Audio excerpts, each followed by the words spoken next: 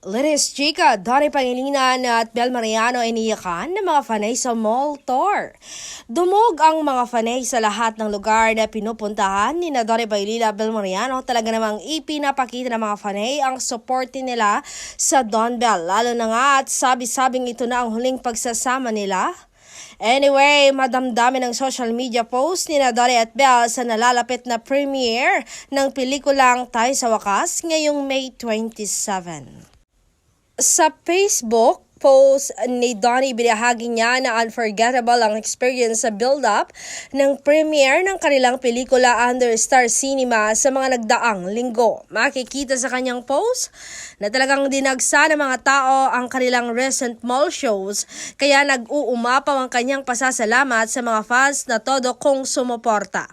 Maski si Bel ay binalikan ang highlights sa pag-promote ng kanilang pelikula. Grateful for every single second. See you in Cinemas this May 27. #Tayo sa Wakas, sabi ni Bel. Pati ang mga fanay ni Donnie at Bel ay hindi na magkamaliw at tila naiiyak na nga sa papalapit nitong pagpapalabas.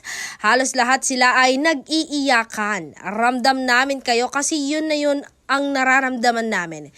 Excited kasi sa wakas mapapanood ng movie nyo, pero nalulungkot kasi again, last movie projects nyo together for now. Ano ba yan? Hoy, mixed emotions. Naiiyak ako. Masaya ako kapag nakikita silang magkasama, pero naiiyak ako dahil ramdam ko na ito na ang huling pagsasama nila. Nakakaiyak naman na kung kailan ko pa sila mahal na mahal, doon pa sila maghihiwalay. Nako, paano kaya kung napanood na nila ang pelikula, baka mas maiyak pa sila, no? Anyway, maliban sa nalalapit nitong premiere sa Pilipinas, ipapalabas din ang Tayo sa Wakas sa iba't ibang bansa with matching translated posters pa, ha? Siya nga pala, si Cathy Garcia Sampan ang direktor ng pelikula na kilala sa pagpapaiyak.